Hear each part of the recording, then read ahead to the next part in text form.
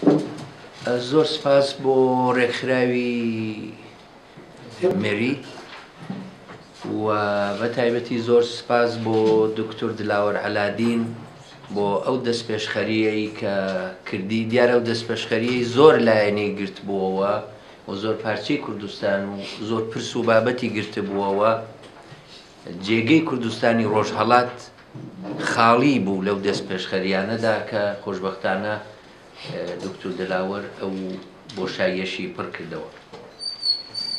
هەروەها پێم خۆشە منیش بڵم لە ڕۆژێکی زۆر تایبەتدا ئەم سمینارە دەگیرێ، ئەویش ڕۆژێکە کە هەڵمەتی ڕزگارکردنی مووسڵ دەستی پێ کردووە، بۆیە ئاواتەخوازی سەرکەوتنی سەرجەم ئەمەلیاتەکە و بە تایبەتی سەرکەوتن و سەلامەتی هێزی پێشمەرگەی کوردستانم کە دڵی هەمومان لایەنە.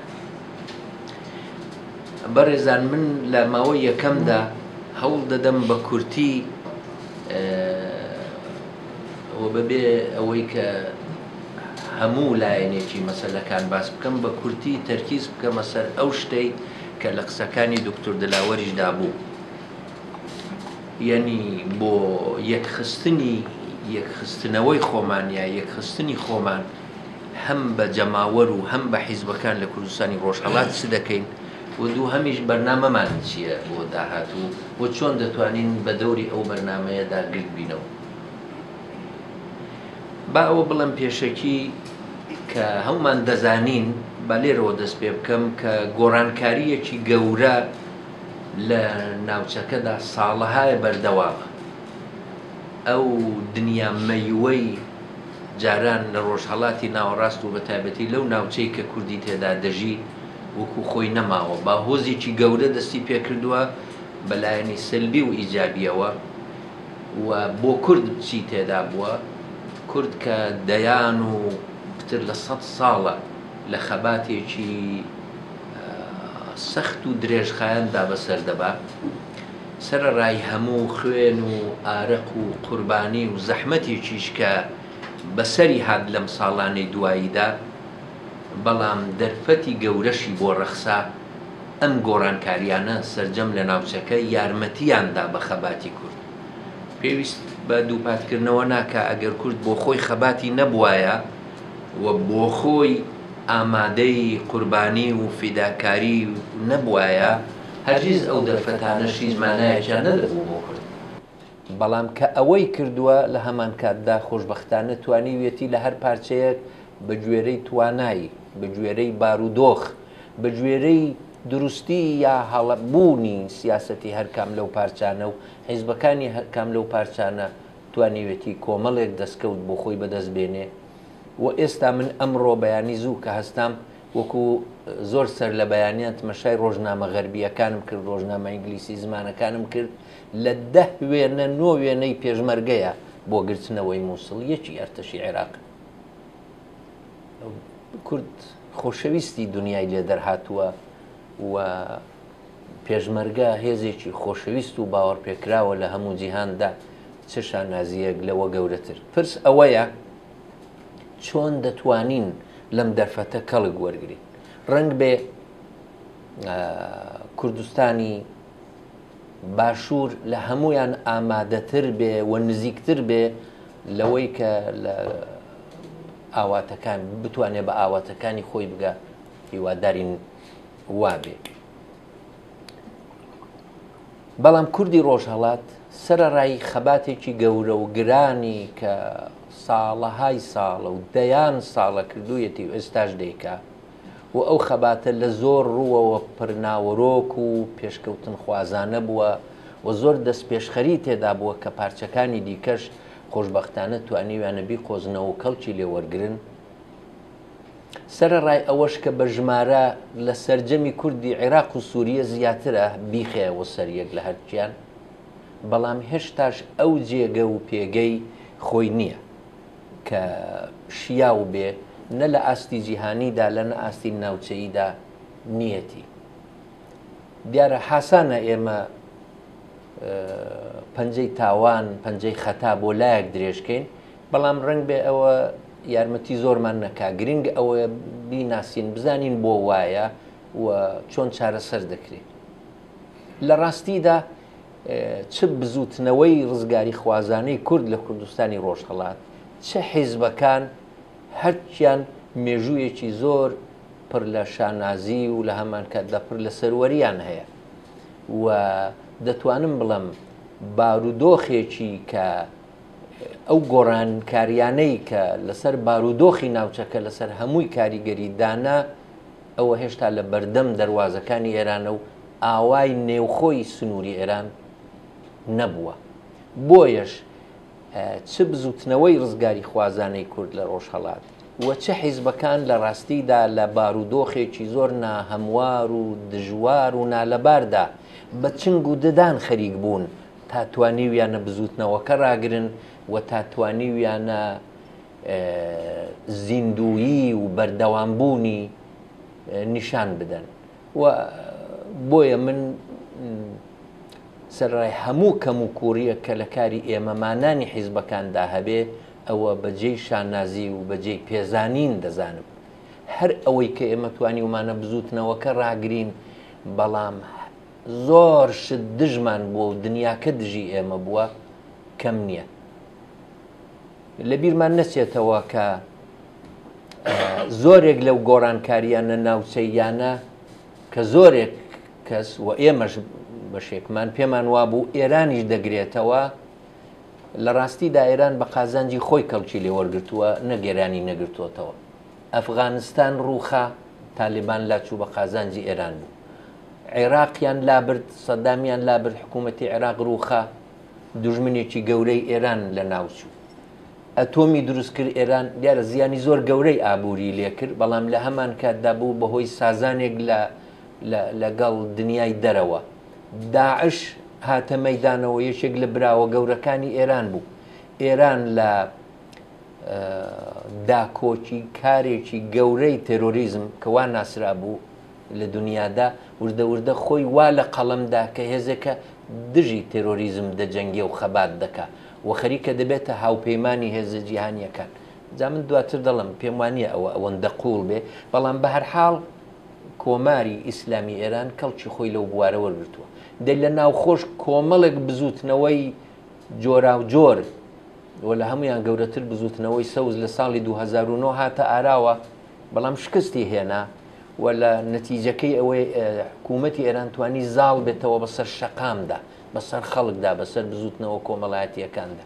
کورد کە عەرزمکردن خەباتی خۆی هەر هەیە بە تەنیا خۆ ناتوانێت ئێران بگۆڕێ هەر هەیە هەر زیندووە بەڵام نەیتوانیوە و ناشتوانێ بە تەنیا بەبێ ئەوەی بارودۆخەکەی دیکەی بۆ لەبار بێ ئەو کاریگەریە گەورە لەسەر ئێران دانێ.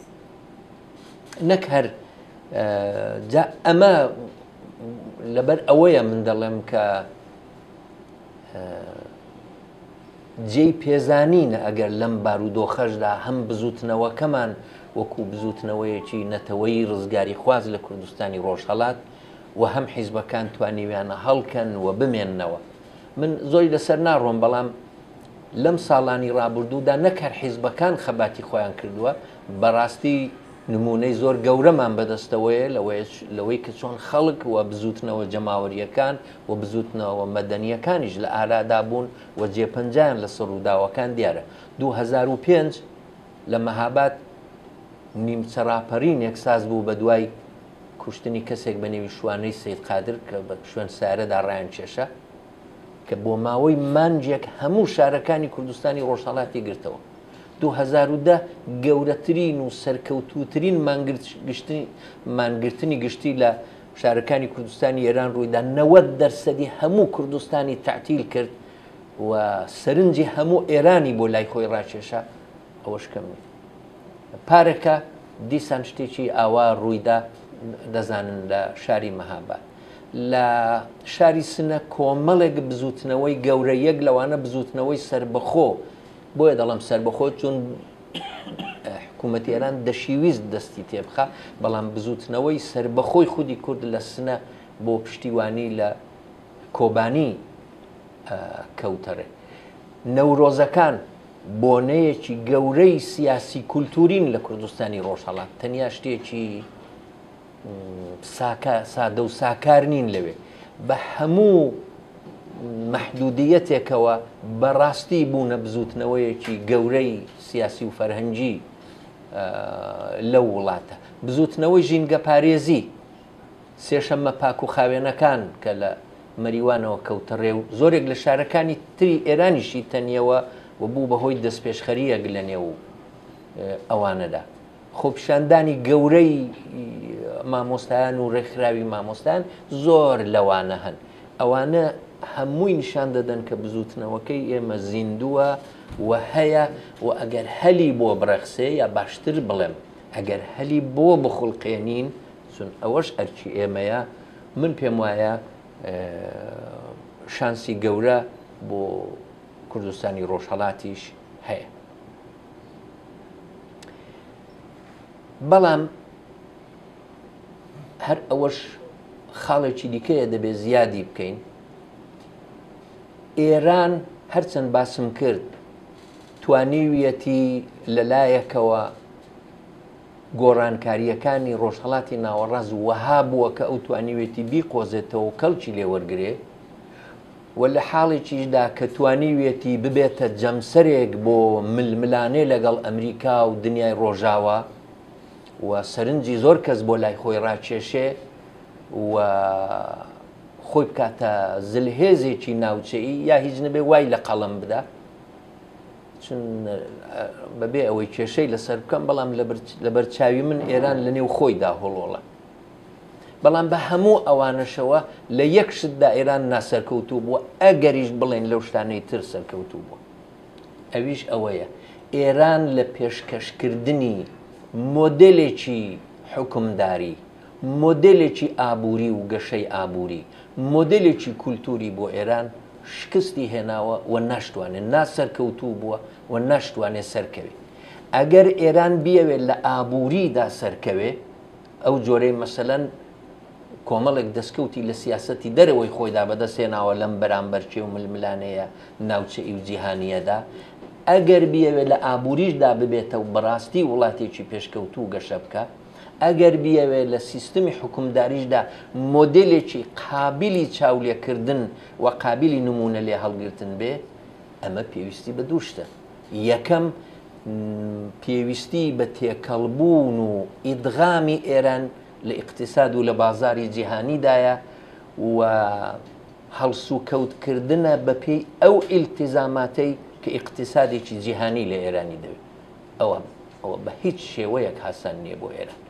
بۆ ئەمە دەبێت کۆمەڵێک ستروکتور و بنەماکانی ئیقتیساد و یاسا ئیقتیسادیەکان و هەڵسوکەوتی ئیقتیسادی خۆی بگۆڕێت. دووهەم بۆ ئەوەی ئێران بچێتە ناو سیستمی دەوڵەتی جیهانیەوە، سیستمی سیاسی جیهانیەوە وەکو ئەندامێکی بەرپرسی کۆمەڵگەی نێونەتەوەیی، پێویستی بە گۆڕانێکی ڕیشەئی سیاسەتی دەرەوەی خۆی هەیە. نابێ وڵاتان بڕوخێنێ، نابێ وڵاتان تێکدا، هەر لە سووریەوە تا عێراقەوە تا یەمەن تا فەلەستین تا حەماس تا حیزبوڵڵا و تا شوێنەکانی دیکە. کەوابێ ئێران ڕاستە لە ململانەی خۆی لەگەڵ جیهاندا و بە کەڵگۆڵگرتن لەو بارودۆخە خۆی کردۆتە جەمسەرێک و خۆی وا دەنوێنێ جەمسەرێکی بەهێزیشە، بەڵام ئەگەر بیەوێ بەهێزیەکەی بەردەوام بێ، دەبێ مۆدلێکی ئیقتیسادی سەرکەوتوو و مۆدلێکی حکومداری سەرکەوتوو بۆ خۆی ڕەچاو بکە و بە دنیای نیشان بدا و ئەم دوانە پێویستیان بە گۆڕانێکی بنەڕەتی لە ئیقتیساد و لە سیاسەتی خارجی ئێراندایە. هەرتکیان ئەگەر نەڵێن ناممکینە زۆر زەحمەتە. و چون ئەم گۆڕانکاریانە لەگەڵ ئایدیۆلۆژی و بیرروباوەڕی زاڵ بەسەر ئێران و حکوومەتەکەیدا نایەتەوە و ناتەبایە، هەر بۆ ئەوەیە دەبینین ئایەتوڵای خامنەی و سوپای پاسداران و ئەوانەی دەسەڵاتی ڕاستەقینیان لە ئێران پێیە نەک دوو پاتە، هەزار پاتەیان کردوتەوە کە ئێران تەنها سازشی ئەتۆمی و سازانی ئەتۆمی کردووە، نەک هیچ سازانێکی دیکە. تەئکید دەکەنەوە کە سازانی ئابووری و سازانی سیاسیان لەگەڵ دنیا نەکردووە و هەر بەم هۆیشە هەتا بتوانن ڕوحانی و باڵەکەی زەعیف دەکەن، پەڕوپا باڵی هەڵدەپاچن، کردوشیانە تا ئێستا. کەوابێ ئێران لە بەردەم هەڵبژاردنێکی گەورەی بینی ئەو دوانەدایە و چونکە وایە ئێران غەرب بیەوێ و نەیەوێ، ئەمریکا پێی خۆش بێ و پێی ناخۆش بێ، کاری بۆ بکا و کاری بۆ نەکا، پێویستیەکی کۆمەڵایەتی قوڵ و چار هەڵنەگر لە ئێران هەیە بۆ گۆڕانکاری. ئێران دەبێت ئابوووریەکەشی بگۆڕێ و سیاسەتی دەرەوەشی بگۆڕێ کە بە شوێن ئەوانەدا گۆڕانی سیاسەتی ناوخۆیش دێ. بەڵام دەتوانێت ئەو کارە بکە. کردنی ئەم ئاڵوگۆڕانە مانای ئەوە دەبێت کۆماری ئیسلامی ئێران بەو شێوازەی تا ئێستا ناسی ومانە لە جێی خۆی نامێنێتەوە، وەکو خۆی نامێنێتەوە بەو نەوعە با ناوەکەشی بێڵێتەوە. جا مادام وابێ بۆیە هێزە دەسەڵات دارە سەرەکیەکانی ئێران ڕێک لە بەردەم ئەم گۆڕانکاریەدا وەستاون و ناهێڵن ببێت. ئەوە لێکدانەوەیەک بوو پێم وایە وا بە ئێمە نیشان دەدا ئەم گۆڕانکاریانە لە ناوخۆی ئێران پێویستن، دنیای دەرەوە یارمەتی دەربێ بۆ ئێمە یاننا، و ئەم گۆڕانکاریانە هەر دەبێ ببن درەنگ یازوو لە ئێران. بەڵام لێکدانەوەی شخصی خۆم ئەوەیە کە مانگی هەنگوینی ئێران لەگەڵ دنیای دەرەوە بە تایبەتی لە ئەمریکا و لە تەواو بوونە. درەنگ یازوو جارێکی دیکە ئەگەر ئەم سیاسەت و بەرنامانەی لە ئابووری و سیاسەتی خارجیدا وەکو خۆی بهێڵێتەوە، کڵاوی ئێران لەگەڵ دنیای ڕۆژاوا و کۆمەڵگەی نێونەتەوەی تێک دەگیرێت. بەڵام ئێمە پرس ئەوەیە ئێمە وەکو کوردی ڕۆژهەڵات چی دەکەین؟ چۆن خۆمان ڕێک دەخەین؟ چۆن ئەگەر تەنگژە و تەنگ و چەڵەمە و ناڕەحەتیمان بەسەر هات لەوەی ئێستاش خراپتر، چۆن خۆمان ڕادەگرین، چۆن خۆمان دەپارێزین، و ئەگەر دنیامان بۆ کراوە پێش هەموو شتێک کۆمەڵگەی ئێران جۆرێک گۆڕانی بەخۆوە بینی و یا دنیا پشتیوانیەکی لە ئێمە کرد و هەلێکمان بۆ هەڵکەوت، چۆن لەو هەلانە کەڵک وەردەگرین. ئێمە لە هاوینی ساڵی 2001ەوە لەسەر پێویستی پێکهێنانی بەرەیەکی کوردستانی ڕۆژهەڵات لە نێو حیزبەکان قسەمان کرد. نامێ زۆر لەسەری بڕۆم، جێی خۆی کردوتەوە لە فکر و هەست و خەڵکیدا و لە نێو حیزبەکانیشدا تا ئێستا بۆمان نەکراوە. یەکێک لە هۆکارەکانی ئەگەر هەمووشی نەبێ، یەکێک لە هۆکارەکانی ئەوەیە لە نێو دوو ڕەوتی سەرەکی کوردستانی ڕۆژهەڵات یعنی کۆمەڵە و دموکرات لە نێو هەردووکیاندا ئینشقاقات و جیابوونەوە هاتوونارەوە. جیابوونەوەکانی زۆرێکن کە هەر لایە هەمان نێوی پێشووی یا کۆمەڵە یا دیموکراتی بۆ خۆی هەڵبژاردوتەوە. تەکبیر چییە؟ بەڕێی ئێمە کە ئەمە جاری ئەوڵ نییە ئەوە باس دەکەین، لە چەندین شوێن باسمان کردووە، بەڵام پێم خۆشە هەم ئێوە بەڕێزان و هەموو خەڵکیش لە ڕێگای میدیاکانەوە لە ڕێگای بڵاوکردنەوە بزان. ئێمە سەرڕای هەموو تێبینیەکی کە لەسەر ئەو جیاییانە بوومانەوە هەمانە، بەڵام ئەمە ناکەین بە کۆسپێک لە بەردەم پێکهێنانی بەرەیەکی کوردستانی. ئێمە ڕەنگ بێ لە دووقۆڵیدا حەز بە هەمکاری فڵانە یا فیسارە حیزبە نەکەین، ببێەوەی کێشەیەکیش پێ بکەین، بەڵام لە پێناو ئامانجێکی گەورەتردا کە بریتیە لە پێکهێنانی بەرەیەک یا ئێتلافێکی گەورەی کوردستانی ئامادەین لەگەڵ ئەو برادرانەی کە لە ئێمە جیابوونەوە بە هەر ناوێکەوە کە بۆ خۆیان پێیان خۆشە، ئێمە لە بەرەیەکی کوردستانیدا لەگەڵیان شەریک بین. کەوابێ ئەم کێشە بۆ ئێمە بڕاوەتەوە، داواش دەکەین کە ئەم کێشە بۆ برادرانی حیزبی دموکراتی کوردستانی ئێرانیش ببڕێتەوە. ڕەنگ بێ تاڵ بێ، ڕەنگ بێ قورس بێ، ڕەنگ بێ لەسەر دڵگران بێ، بۆ ئەوان چۆن بۆ ئێمە جواب بووە. بەڵام خێر و بەرژەوەندەکەی زۆر لەوە زیاترە کە ئەو شتانە بە حیساب بێنی. بۆیە ئەگەر بتوانن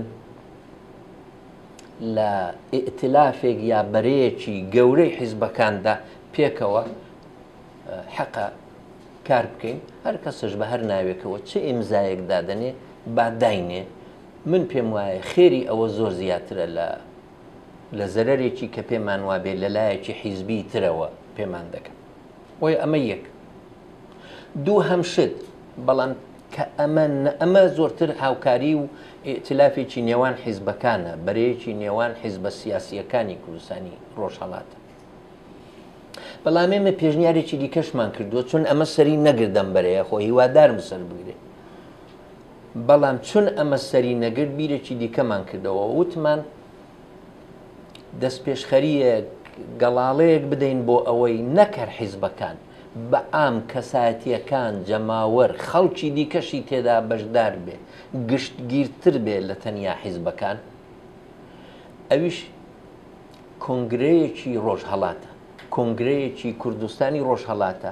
ئێمە پێشنیهادمان کردووە بگیرێ و لە دەرەوەی وڵاتیش بگیرێ، نە سەریەشە بۆ کەس دروستکەین لەم هەرێمی کوردستانە و نە کێشە بۆ خۆشمان دروستکەین. ئەمە ممکنە.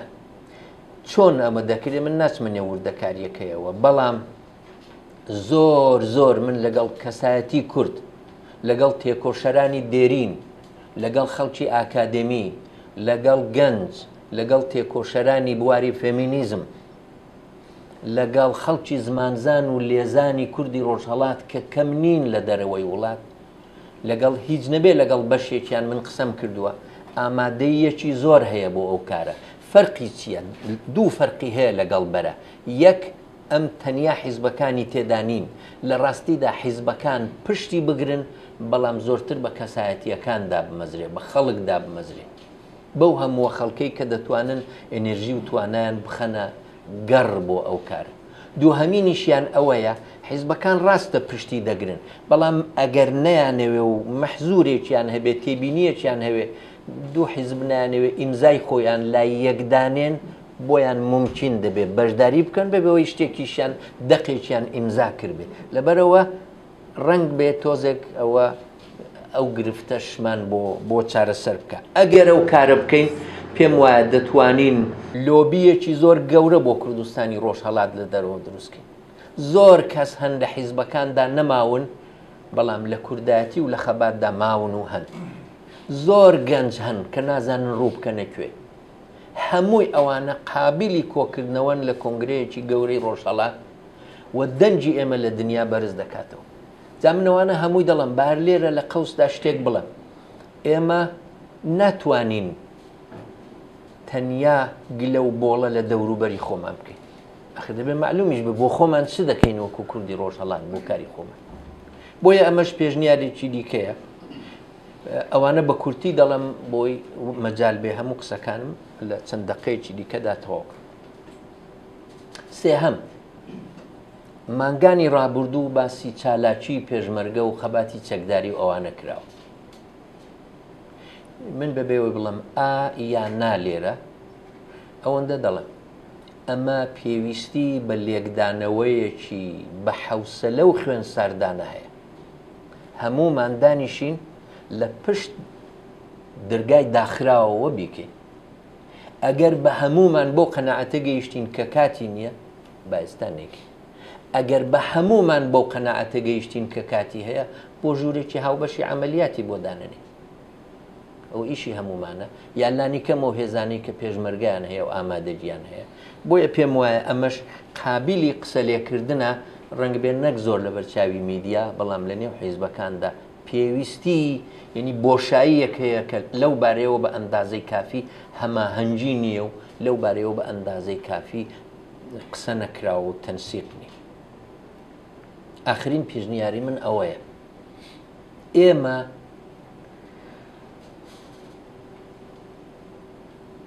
وەکو کورد لە ئێراندا دەورونەخش و مەوقعیەتێکی تایبەتیمان هەیە و دەبێت بە باشی بتوانین کەڵکی لێ وەرگرین. خۆمان و بزوتنەوەکەمان، چوارچێوەی تواناییەکانمان دەبێت باش بناسی. ئێران وڵاتێکی فرەنەتەوەی پاشماوەی ئیمپراتۆریەکی گەورەیە.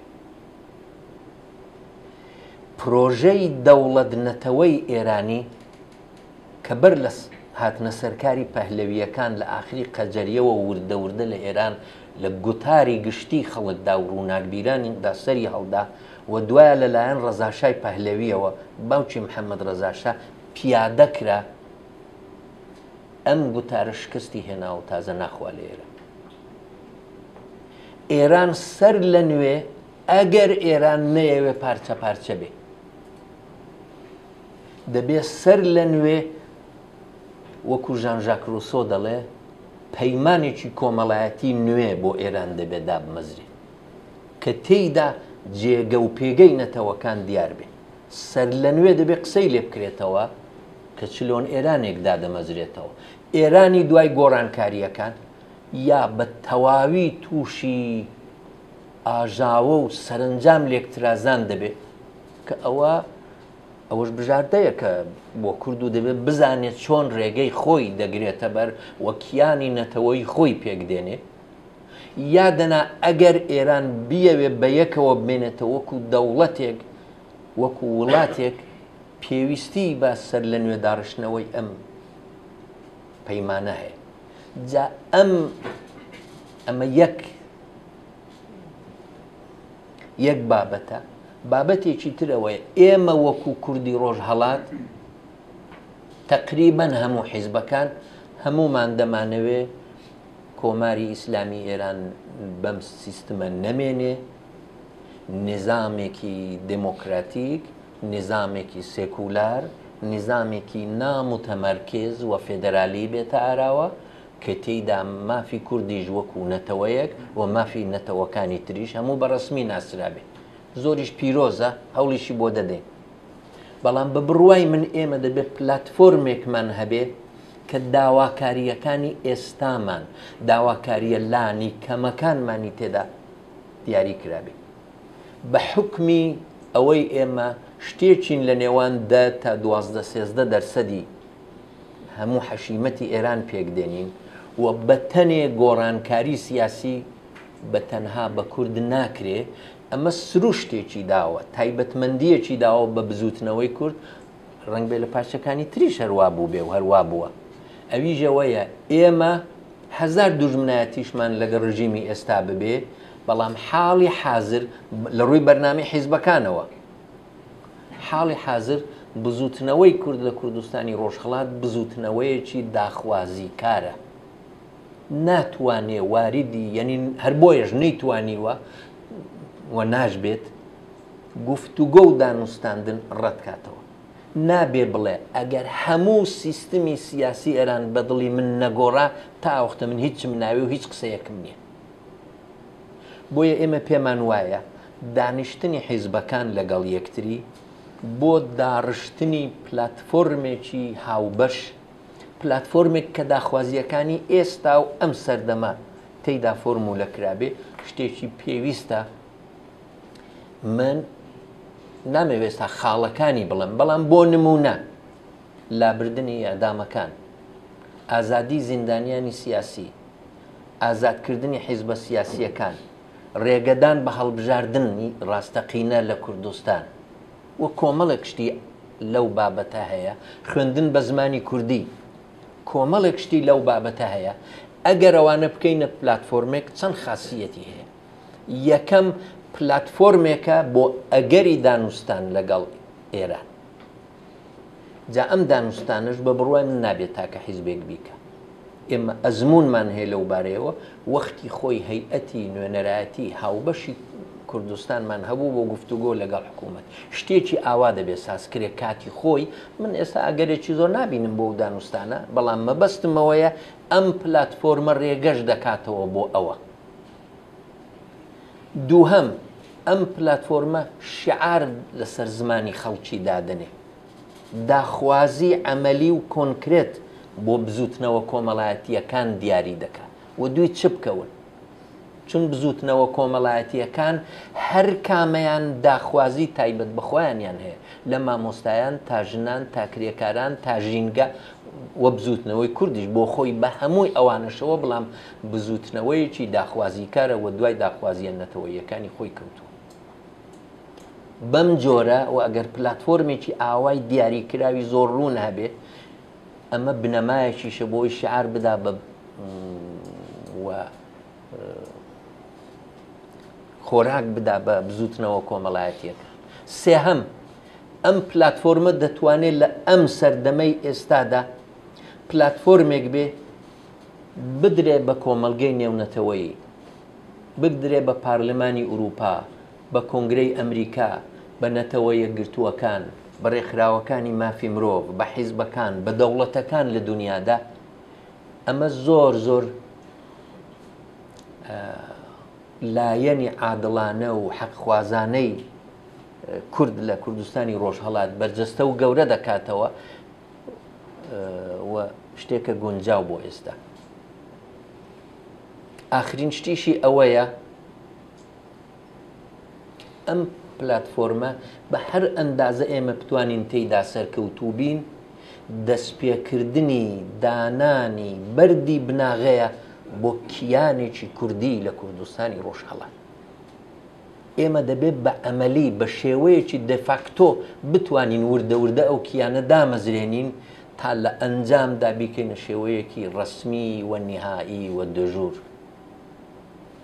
بۆیە بە هەموو ئەم حیسابانەوە من قسەکان کۆتایی پێدێنم، دەڵێم ئەگەرچی بارودۆخی ناوچەیی تا هێشتا ئەو یارمەتیەی ئێمەی کوردی ڕۆژهەڵاتی نەکردووە کە پارچەکانی دیکە لی بەرخوردار بوون، بەڵام ئێمە لە خەباتدا کەممان نەهێنا و زەحمەتی خۆمانمان کێشاوە.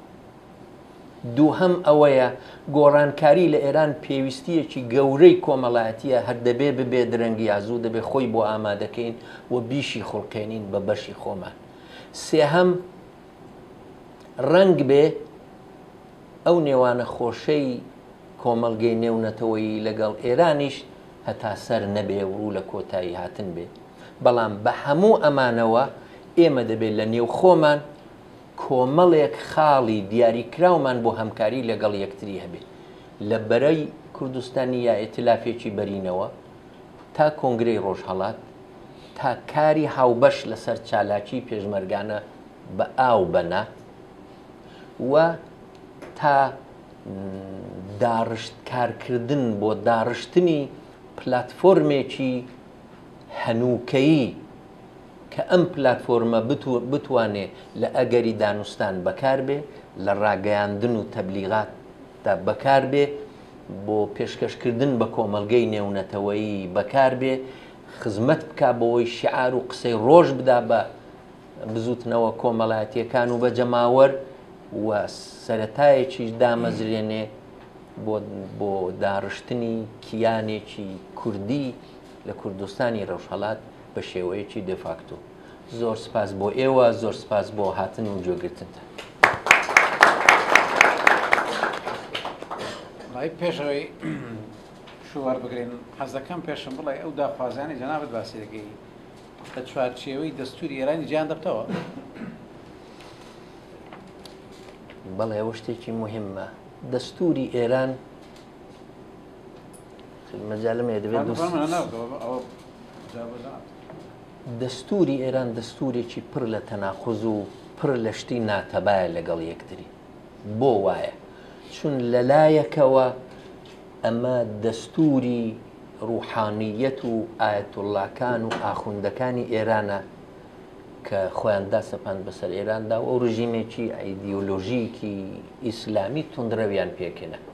بەڵام لەلایەکەوە لە وڵاتی ئێرانە، ئەمە لە هەموو وڵاتێک نییە، وڵاتی ئێرانە کە 100 ساڵ پێشینەی خەبات بۆ دموکراسی هەیە و پێشەنجی دموکراسی خوازی لە هەموو ڕۆژهەڵاتی ناوەڕاست بووە لە وەختی خۆیدا لە سەرەتای سەدەی 20ەوە. بۆیە دەتوانم بڵێم ئەم دەستورە کە جارێکیش ئیسلاح کرا لە 1970 و ئەوەندە دیکە خراپ کراجا، ویلایەتی مطلقەی فەقیه لە ئەوەڵەوە نەبوو، دوایە پێی زیاد کرا، بە دوو خۆناغ لێ زیاد کرا. بەڵام حتا بە ویلایەتی مطلقەی فەقیهیشەوە دەستوری ئێرانی مەسەلەن بۆ نمونە ئینتیخاباتی هێشتۆتەوە. ئاخر ڕژیمی ویلایەتی مطلقەی فەقیه کە معناکەی ئەوەیە بریتیە لەوە خەڵک پێویستی ناکا هەڵبژێرن نوێنەرانی خۆیان، ئەوە ویلایەتی فەقیهە لەسەرەوە حکوومەت. ئینتیخاباتی بۆ چییە؟ سیستمێکی ئاوە. ئەم ئینتیخاباتە و زۆرێک مادەی دیکە لە دەستوری ئێرانیدا لە ڕاستیدا ئەمە مێژووی ئێران و فەرهەنگی دموکراسی خوازی وڵاتەکە بوو کە خۆی بەسەر دەستوری ئێرانی داسەپان بۆیە دەستوری ئێرانی پڕ لە تەناقوزە بەم شێوەی ئێستای دەستوری ئێرانی ڕێگە بۆ دموکراسی لە ئێران ناکاتەوە نەخێر بەڵام ئەم حکوومەتە پراگماتیسترە لەوانە بۆ مانەوەی خۆی لەوانە پراگماتیسترە ڕاستە حکوومەتێکی ئیدۆلۆژیکی ڕقی تونندڕەوە بەڵام لە کاتی پێویستدا دەتوانێت پراگماتیستیش بێ بۆیە ئەو مەسەلە دەمێنێتەوە بۆ نامێنێتەوە زۆرتر بۆ ئەوەی لە بیر و باوەڕەکانی ئەواندا چیە دەمێنێتەوە بۆ ئەوەی تەوازونی هێز چۆنە بۆ بارودۆخ چۆن ئەمە جارێکی زۆر سپاس بۆ جەنابەت و بەحقیقەت من خۆشحاڵم بۆیکەوە نەکەنها لە ڕووی تیۆریەوە باسی ڕوانگە و درێژخان و ئاین دەکرا بەڵکو لە ڕووی عملیەوە زۆر شتی مەلموسی تێدایە کە دەبتە بابەتی نقاشی مرۆ و ئەگەر سەیری دەور پشتی مێزەکەش بکەیت تەماشا دەکەی هەمووی ئەهلی خبرن صاحب فکرن صاحب قسەن و بەڕاستیش تەمەنا دەکەم کە خەڵکە هەر پرسیار نەبێ بەڵکو ڕوانگەیان هەبێت تعلیقیان هەبێ بەڵکو نەسیحەتیان هەبێ بۆیە زۆر لەو ئەزمونانە بابێتە دەورە بێتە سەرەوە مێزە